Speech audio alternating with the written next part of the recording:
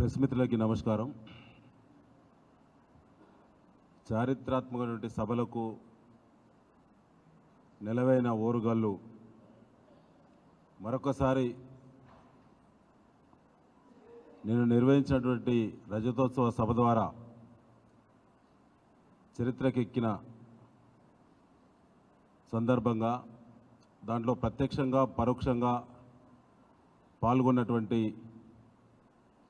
ప్రజలకు ఈ గొప్ప అవకాశాన్ని ఓరుగల్లు వేదికగా ఎలకతుర్తి ఎక్స్ప్రోలు నిర్వహించే అవకాశం కల్పించిన బీఆర్ఎస్ అధినేత గౌరవనీయులు కేసీఆర్ గారికి, వర్కింగ్ ప్రెసిడెంట్ కేటీఆర్ గారికి, ఈ యొక్క నిర్వహణలో భాగస్వాములైనటువంటి మిత్రులందరికీ పేరు పేరున కృతజ్ఞత తెలియజేస్తూ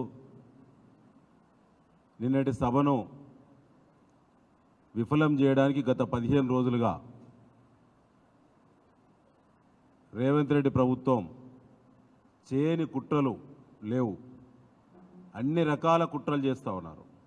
వాళ్ళు కుట్రలు చేస్తారు, ఏ రూపంలో చేస్తారో, ఏ పద్ధతిలో చేస్తారో కేసీఆర్ గారి సైనికులకు తెలియంది కాదు. ముందు జాగ్రత్త చర్యలు చేపట్టినాం కాబట్టే ఏదైతే చేయాలని చెప్పి వాళ్ళు ఆలోచిస్తారో అది ముందు పార్టీ ఆలోచించింది కాబట్టే నిన్నటి సభ చాలా గ్రాండ్ సక్సెస్ అయింది. ప్రజలే పెద్ద ఎత్తున కదిలొచ్చి సభను దిగ్విజయం చేశారు. బీఆర్ఎస్ శ్రేణులకి ప్రజలకు చేతులు జోడించి వారికి కృతజ్ఞత తెలియజేస్తూ ఉన్నాం. ప్రకృతి కూడా బ్రహ్మాండంగా సహకరించింది.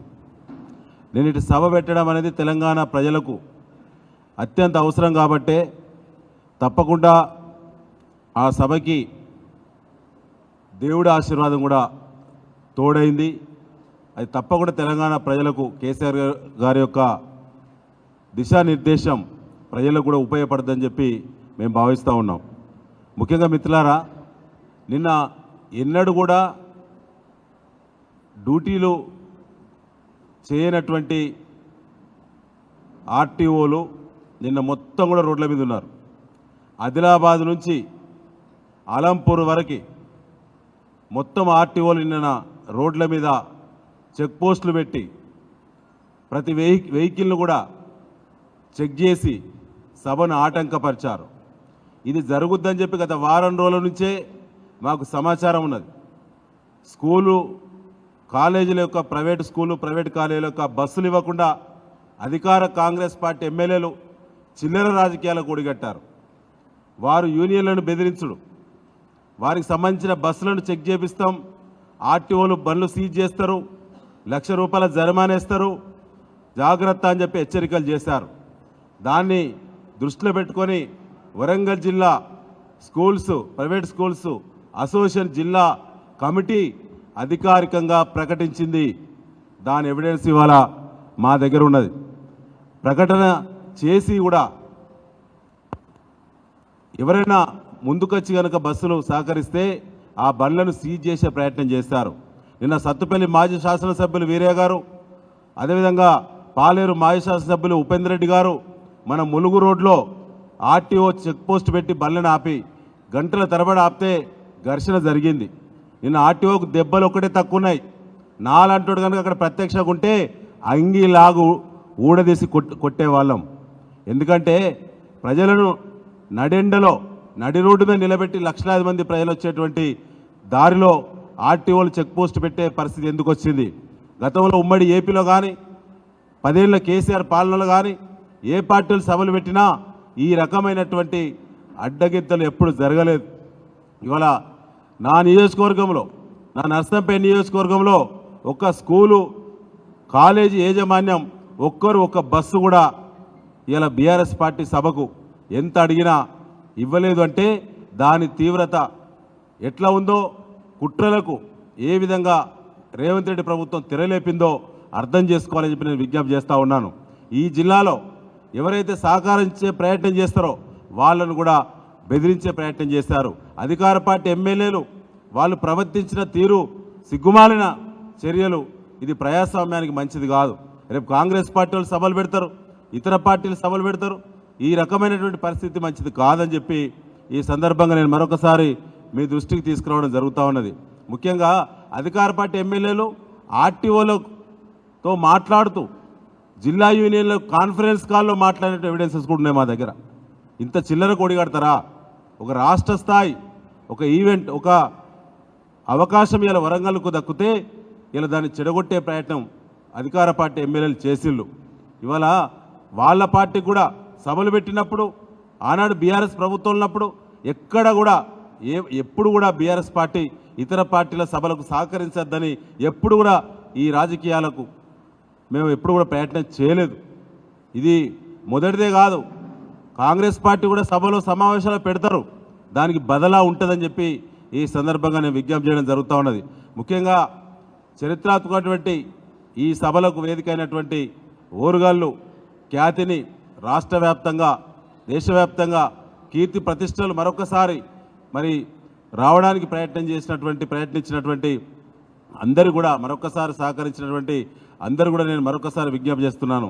వారికి కృతజ్ఞతలు కూడా తెలియజేస్తా ఉన్నాను. ఒక మాట చెప్పాలంటే నిన్న పోలీసులు అయితే పూర్తిగా దిగజారుడు వ్యవస్థ, మొత్తం అధికార పార్టీ చెప్పుచేతులనే పోలీసు వ్యవస్థ పనిచేసింది. ఎక్కడ కూడా లేరు. 2000 మంది పోలీస్ సెక్యూరిటీ ఇస్తామని చెప్పిళ్ళు. నిన్న మీరు ప్రెస్ మిత్రుల సాక్షులు. 2000 మంది పోలీసులు ఎక్కడున్నారో ఒకసారి ఆలోచన చేయాలి.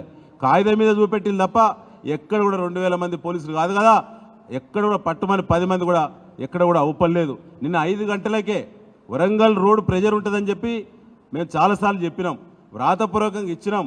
వరంగల్ రోడ్ ప్రెజర్ ఎక్కువ ఉంటుంది. ఎరెస్ట్వేల్ వరంగల్ జిల్లాతో పాటు హైదరాబాద్, రంగారెడ్డి, మహబూబ్ నగర్, ఖమ్మం, నల్గొండ ప్రెజర్ ఎక్కువ ఉంటుంది, ఇక్కడ జాగ్రత్తలు తీసుకోవాలని చెప్తే నిన్న 5 గంటలకే అసన్పత్తి, ఎల్లాపూర్ దగ్గర చేతులు ఎత్తేసిళ్ళు పోలీసు మొత్తం కూడా. అసలు వరంగల్ పార్కింగ్ సంబంధించినటువంటి అక్కడ నిన్న 5 గంటలకు పెద్దలు ఎమ్మెల్సీ శ్రీనివాసరెడ్డి గారు మేమే ట్రాఫిక్ డ్యూటీ చేసే పరిస్థితి వచ్చింది, లాఠీ పట్టుకొని కట్టె పట్టుకొని. ఆ స్థితి ఎందుకు వచ్చిందో పోలీస్ అధికారులు చెప్పాల్సిన బాధ్యత మీ మీద ఉన్నది. ఇలా నౌకరీ అధికార పార్టీ కోసం నౌకరీ కాదు మీది.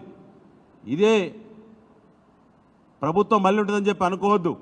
రేపు వచ్చే ప్రభుత్వం బరాబరి బీఆర్ఎస్ ప్రభుత్వం వస్తుంది. ఖచ్చితంగా ఇలాంటి మరి చిల్లర వ్యవహారాలు చేయవద్దని చెప్పి కూడా పోలీస్ అధికారులు మరొకసారి హెచ్చరించడం జరుగుతూ ఉన్నది.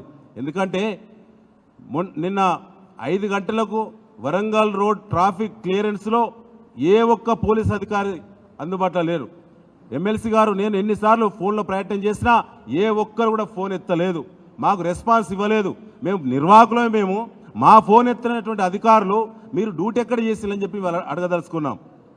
ఎన్నిసార్లు ప్రయత్నం చేసినాం, సెట్ల మాట్లాడని చెప్పినాం.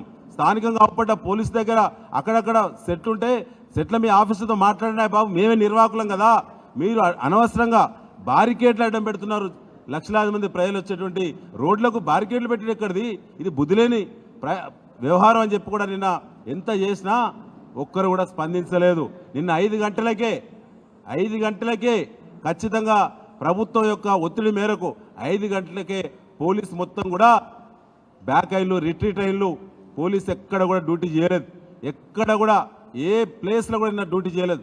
ముఖ్యమంత్రిగా మన మాజీ ముఖ్యమంత్రి గారు కేసీఆర్ గారి యొక్క భద్రత పట్ల కూడా నిన్న మొత్తం వదిలేసి నిన్న ప్రెస్ గ్యాలరీ మీదకి లక్షలాది మంది ప్రజలు మీదికి వచ్చేటువంటి పరిస్థితి వచ్చింది. ప్రమాదం నుంచి నిన్న బయటపడ్డారు. ఏదైనా జరిగితే దాని బాధ్యులు ఎవరు? నిన్న అక్కడ ఒక 2 మహిళా కానిస్టేబుల్, ఒక జెంట్ కానిస్టేబుల్ తప్ప ఎవరూ లేరు అక్కడ. నిన్న కేసీఆర్ గారి వీడియోస్ మొత్తం కూడా ఆ డి చుట్టూ చూడండి ఒకసారి, ఎక్కడ పోలీసు లేరు, గ్యాలీలో లేరు, రోడ్ల మీద లేరు, ఎక్కడ కూడా లేరు.